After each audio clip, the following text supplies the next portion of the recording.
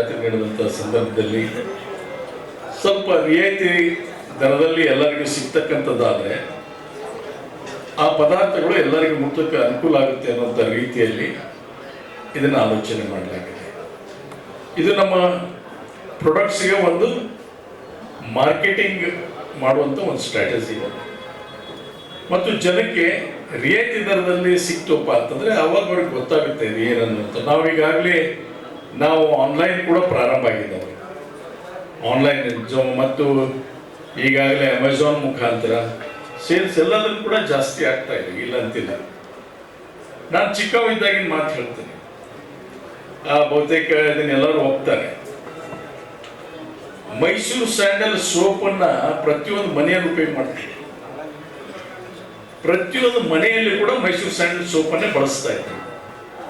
ಅದಾದ ನಂತರ ಕ್ರಮೇಣವಾಗಿ ಪ್ರಾರಂಭ ಆಯಿತು. ಕ್ರಮೇಣವಾಗಿ ಈ ಗೋಡ್ರೇಜ್ ಸೋಪ್ ಇಂಟ್ರೊಡ್ಯೂಸ್ ಆಯಿತು. ಆಮೇಲೆ ಲಿರಿಲ್ ಅಂತ ಮಾರ್ಕೆಟಿಗೆ ಬಂತು. ಅವ್ರು ತಮ್ಮ ಅಡ್ವರ್ಟೈಸ್ ಮುಖಾಂತರ ಏನಪ್ಪಾ ಅಂದ್ರೆ ಜನರ ಆಕರ್ಷಣೆ ಮಾಡ್ಲಿಕ್ಕೆ ಚಾಲು ಮಾಡಿಬಿಟ್ರು. ಯೂತ್ಸ್ ಅದಕ್ಕೆ ಹೊಸ ಪೀಳಿಗೆ ಏನಪ್ಪಾ ಅಂದ್ರೆ ಇದೇನೋ ಬಹಳ ಚೆನ್ನಾಗಿದೆ ಅಂತ ಹೇಳಿ ಅದನ್ನ ಪದಾರ್ಥಗಳನ್ನು ಖರೀದಿ ಮಾಡ್ಲಿಕ್ಕೆ ಪ್ರಾರಂಭ ಮಾಡಿದ್ರು. ಆದ್ರೆ ಮೈಸೂರು ಸ್ಯಾಂಡಲಿನ ಒಂದು ಘನತೆ ಮತ್ತು ಅಲ್ಲಿರ್ತಕ್ಕಂಥ ಅದರಲ್ಲಿರುವಂತಹ ಗುಣಧರ್ಮ ಏನಿದೆ ಅದು ಎಂದಿಗೂ ಕಡಿಮೆ ಆಗಿಲ್ಲ ಅನ್ನುವಂಥ ಮಾತನ್ನು ಬಹಳ ಸ್ಪಷ್ಟವಾಗಿ ಹೇಳ್ತೇನೆ. ಇದು ಮೈಸೂರಿನ ರಾಜರು ಪ್ರಾರಂಭ ಮಾಡಿದಂಥ ಒಂದು ಸಾಬಾನ್ ಮ್ಯಾನುಫ್ಯಾಕ್ಚರಿಂಗ್ ಕಂಪನಿ. ಅವರು ಪ್ರಾರಂಭ ಮಾಡಿದಂಥದ್ದು. ನಲ್ವಡಿ ಕೃಷ್ಣರಾಜ ಅರಸರು ಪ್ರಾರಂಭ ಮಾಡಿದಂಥದ್ದು. ವಿಶ್ವೇಶ್ವರಯ್ಯ ಅವರು ಸೇರಿಕೊಂಡು ವಿಶ್ವೇಶ್ವರಯ್ಯನ ಯುರೋಪಿಗೆ ಕಳಿಸಿ ಯುರೋಪ್ ಖಂಡವನ್ನೆಲ್ಲ ಸುತ್ತಾಡಿಸಿ ಸಾಬೂನು ಹೇಗೆ ತಯಾರು ಮಾಡಬೇಕು ಅನ್ನೋದನ್ನ ಅಲ್ಲಿಂದ ಮಾಹಿತಿ ತಂದ ಮೇಲೆ ಈ ಮೈಸೂರು ಗಂಧದ ಎಣ್ಣೆಯನ್ನ ಹೇಗೆ ಇದರಲ್ಲಿ ಬಳಕೆ ಮಾಡ್ಕೋಬಹುದು ಅಂತ ಆಗಿನ ಕಾಲದಲ್ಲೇ ಪ್ರಾರಂಭ ಆಗಿ ಇವತ್ತು ಈ ಮಟ್ಟಕ್ಕೆ ಬಂದು ನಾವು ನಿಂತಿದ್ದೇವೆ. ಕೇವಲ ಸಾಬೂನು ಮಾತ್ರ ನಾವು ತಯಾರು ಮಾಡ್ತಾ ಇಲ್ಲ. ಅಗರಬತ್ತಿ ಪ್ರಾರಂಭ ಆಗಿದೆ, ಬ್ಯೂಟಿ ಪ್ರಾಡಕ್ಟ್ಸ್ ಪ್ರಾರಂಭ ಆಗಿದೆ. ಅಂದ್ರೆ ಹೆಣ್ಮಕ್ಳಿಗೆ ಸೌಂದರ್ಯವನ್ನು ಹೆಚ್ಚಿಸಿಕೊಳ್ಳಿಕ್ಕೆ ಕ್ರೀಮ್ಗಳು, ಪೌಡರು, ಕ್ರೀಮು ಮತ್ತು ಮನೆಗೆ ಬಳಕೆ ಆಗ್ತಕ್ಕಂಥ ಡಿಟರ್ಜೆಂಟ್ಸು, ಸೋಪ್ಸು, ಬಟ್ಟೆ ಒಗಿತಕ್ಕಂಥದ್ದು, ಅಗರಬತ್ತಿಗಳು ಮತ್ತು ನಮ್ಮ ಧೂಪು, ಅದೇ ರೀತಿಯಾಗಿ ಸಾಂಬ್ರಾಣಿ, ಕ್ರೀಮ್ಸು ಇವೆಲ್ಲ ಪ್ರಾರಂಭ ಆಗಿದೆ. ಇನ್ನೂ ಹೆಚ್ಚಿಗೆ ಪ್ರಾಡಕ್ಟ್ಸ್ ಅನ್ನ ಮಾಡಲಿಕ್ಕೆ ಮಂತ್ರಿಯವರು ಕೂಡ ನಮಗೆ ಪ್ರೋತ್ಸಾಹ ಕೊಟ್ಟಿದ್ದಾರೆ. ನಾವು ಕೂಡ ಏನಪ್ಪ ಅಂದ್ರೆ ಅದ್ರ ಬಗ್ಗೆ ಹೆಚ್ಚು ಆಸಕ್ತಿ ವಹಿಸಿದ್ದೇವೆ. ಅದರಲ್ಲಿ ಎರಡನೇ ಮಾತೇ ಇಲ್ಲ. ಹೊಸ ಪ್ರಾಡಕ್ಟ್ಸ್ ಅನ್ನ ತರಲಿಕ್ಕೆ, ಮಾರ್ಕೆಟಿಂಗ್ ತರಲಿಕ್ಕೆ ನಾವು ಈಗಾಗಲೇ ಮುಂದಾಗಿದ್ದೇವೆ ಅನ್ನುವಂಥ ಮಾತನ್ನ ಈ ಸಂದರ್ಭದಲ್ಲಿ ಇಚ್ಛೆ ಪಡ್ತೇನೆ. ಆ ಲಾಭದ ಅಂಶಕ್ಕಿಂತ ಹೆಚ್ಚು ನಮಗೆ ಇವತ್ತು ಗುಣಮಟ್ಟದ ಪದಾರ್ಥಗಳನ್ನು ಕೂಡ ಜನಕ್ಕೆ ಮುಟ್ಟಿಸ್ತಕ್ಕಂಥದ್ದು ಬಹಳ ಅವಶ್ಯ ಅನ್ನುವಂಥದ್ದು ನಮ್ಮ ಒಂದು ಗುರಿಯಾಗಿದೆ ಅನ್ನೋದನ್ನ ಬಹಳ ಸ್ಪಷ್ಟವಾಗಿ ಹೇಳಲಿಕ್ಕೆ ಇಚ್ಛೆ ಪಡ್ತೇನೆ. ಸಹಜವಾಗಿ ಇದು ಆಗ್ಬೇಕಾದಂಥದ್ದು. ಇವತ್ತು ನೈಸರ್ಗಿಕವಾಗಿರುವಂತಹದ್ದನ್ನೇ ನಾವು ಬಳಕೆ ಹೆಚ್ಚು ಮಾಡ್ತಕ್ಕಂಥದ್ದು ಇದರಲ್ಲಿ. ಹೀಗಾಗಿ ನಮ್ಮ ಪದಾರ್ಥಗಳ ಬೇಡಿಕೆ ಜಾಸ್ತಿ ಆಗಿದೆ ಅನ್ನುವಂತಹ ಮಾತನ್ನ ಈ ಸಂದರ್ಭದಲ್ಲಿ ಹೇಳ್ತೀನಿ. ಮತ್ತು ಇದಕ್ಕೆ ಕೇವಲ ನಾನೊಬ್ಬ ಚೇರ್ಮನ್ ಆಗಿದ್ದೇನೆ,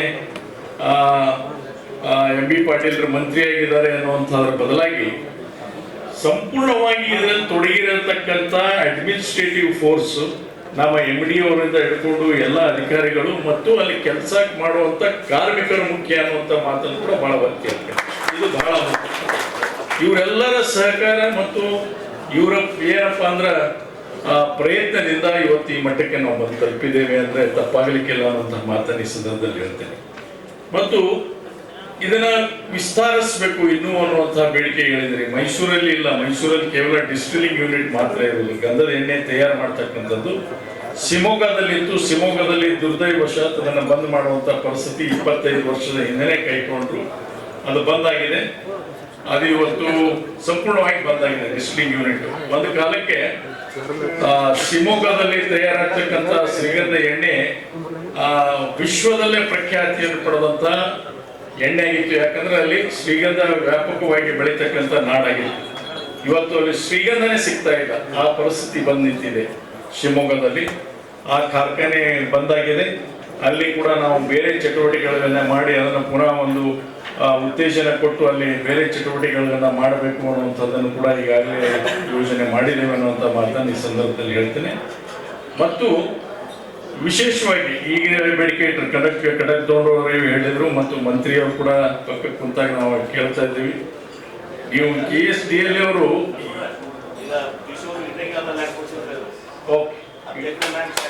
ವೆರಿ ಗುಡ್. ನಮಗೆ ಇಲ್ಲಿ ನಾವು ಈಗಾಗಲೇ ಹೋದ್ ಬೋರ್ಡ್ನಲ್ಲಿ ಕೂಡ ಅದನ್ನು ಚರ್ಚೆ ಆಗಿದೆ. ಹೋದ್ ಬೋರ್ಡ್ ಮೀಟಿಂಗ್ನಲ್ಲಿ ಕೂಡ ಚರ್ಚೆ ಮಾಡಿದ್ದೇವೆ. ಬಿಜಾಪುರದಲ್ಲಿ ನಾವು ಪ್ರಾರಂಭ ಮಾಡಬೇಕು ಅನ್ನುವಂಥದ್ದನ್ನು, ಇಲ್ಲೊಂದು ಯೂನಿಟನ್ನು ಪ್ರಾರಂಭ ಮಾಡಬೇಕು ಅನ್ನುವಂಥದ್ದು ಈಗಾಗಲೇ ತೀರ್ಮಾನ ಮಾಡಿದ್ದೇವೆ ಅನ್ನುವಂಥ ಮಾತನ್ನು ಈ ಸಂದರ್ಭದಲ್ಲಿ ಹೇಳಕ್ಕೆ ಇಚ್ಛೆ ಪಡ್ತೇನೆ. ಮತ್ತು ಅದೇ ರೀತಿಯಾಗಿ ಅವ್ರು 10 ಎಕರೆ ಭೂಮಿಯನ್ನು ನಮಗೆ ಕೊಟ್ಟರೆ ಮುಂದೆ ಬರುವಂಥ 5-6 ತಿಂಗಳಲ್ಲಿ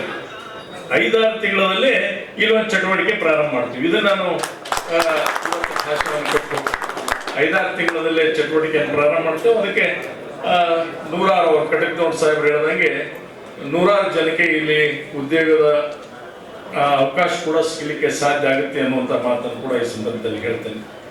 ಇಷ್ಟು ಹೇಳಿ, ಮತ್ತು ವಿಶೇಷವಾಗಿ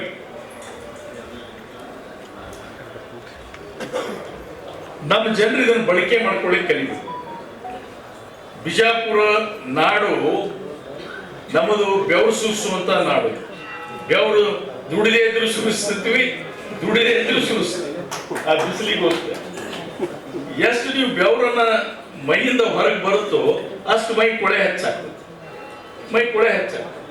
ನೀವೆಲ್ಲರ ಯುರೋಪ್ ಕಂಟ್ರಿ ಎಲ್ಲರ ಹೋಗಿ, ನೆದರ್ಲ್ಯಾಂಡ್ಸು ಅಥವಾ ಎಲ್ಲರ ಹೋಗಿ ನೀವು ಐಸ್ಲ್ಯಾಂಡಿಗೆ ಹೋಗ್ಬಿಟ್ರೆ ನಿಮ್ಗೆ ಬೆವರೇ ಬರೋದಿಲ್ಲ. 4 ದಿವಸ ಅಲ್ಲ, 15 ದಿವಸ ಸ್ನಾನ ಮಾಡೋದಿಲ್ಲ, ಬರೀ ಸ್ವಲ್ಪ ಪೌಡರ್ ಹಾಕ್ಬಿಡ್ತಾರೆ. ಅವಾಗ ಅವ್ರಿಗೇನಾಗೋದಿಲ್ಲ. ಆದ್ರೆ ನಾವು ದಿನನಿತ್ಯ ಸ್ನಾನ ಮಾಡಬೇಕು. ಆ ಬೆವರಿನಿಂದ ಮೈಯಲ್ಲಿ ಎಲ್ಲ ಏನಪ್ಪಾ ಅಂದ್ರೆ ಮೈಯೆಲ್ಲ ಹಸಿಯಾಗಿ ಬ್ಯಾಕ್ಟೀರಿಯಾ ಗ್ರೋತ್ ಹೆಚ್ಚಾಗೋದ್ರಿಂದ ದುರ್ವಾಸನೆ ಹೆಚ್ಚಾಗ್ತದೆ. ಹಾಗಾಗಿ ನಾವು ದಯವಿಟ್ಟು ನಿಮ್ಮಲ್ಲಿ ಎಲ್ಲರಲ್ಲಿ ಕೇಳ್ಕೊಳ್ಳೋದು, ಈ ನಾಡಿನ ಜನರು ಮನಸ್ಸಿನಿಂದ ಸುಂದರವಾಗಿದ್ದೀರಿ, ಕಾಂತಿಯಿಂದ ಸುಂದರವಾಗಿರಿ ಅಂತ ಕರೆ ಕೊಡ್ತೀವಿ. ಕಾಂತಿಯಿಂದ ಸುಂದರವಾಗಿ ಕಾಣಕ್ಕೆ ಪ್ರಾರಂಭ ಮಾಡಿ, ಮೈಯನ್ನು ಸ್ವಚ್ಛ ಇಟ್ಕೊಡ್ರಿ, ಚಂದಾಗ ತಲೆ ಬಾತ್ಕೊಡ್ರಿ. ಅದಕ್ಕೂ ಕೂಡ ಎಣ್ಣೆ ತಯಾರು ಮಾಡಿದ್ದೀವಿ. ತಲೆಗೂ ಎಣ್ಣೆ ಇದೆ, ಮುಖಕ್ಕೂ ಕ್ರೀಮ್ ಇದೆ, ಪೌಡರ್ ಇದೆ, ಸಾಬೂನ್ ಇದೆ, ಮತ್ತು ಬೆಳಗ್ಗೆ ಎದ್ದು ಪೂಜೆ ಮಾಡ್ಕೊಳ್ಳಿಕ್ಕೆ ಅಗರಬತ್ತಿ ಕೂಡ ಇದೆ, ಧೂಪು ಇದೆ, ಸಂಭ್ರಮಣೆ ಇದೆ. ನಮ್ಮಲ್ಲಿ ಇಂಥದ್ದು ಇಲ್ಲ ಅನ್ನುವಂಥ ಇನ್ನೂ ಹೆಚ್ಚು ವಸ್ತುಗಳನ್ನು ಕೂಡ ಪ್ರಾರಂಭ ಮಾಡ್ತೇವೆ ಅನ್ನುವಂಥ ಮಾತನ್ನು ಹೇಳಿ ನಾನು ಹೆಚ್ಚಿಗೆ ಟೈಮ್ ತಗೊಳಕ್ ಹೋಗೋದಿಲ್ಲ. ಮುಂದೆ ಅವರು ಬಸವನಗೌಡರು ಹೋಗ್ಬೇಕಾಗಿದೆ.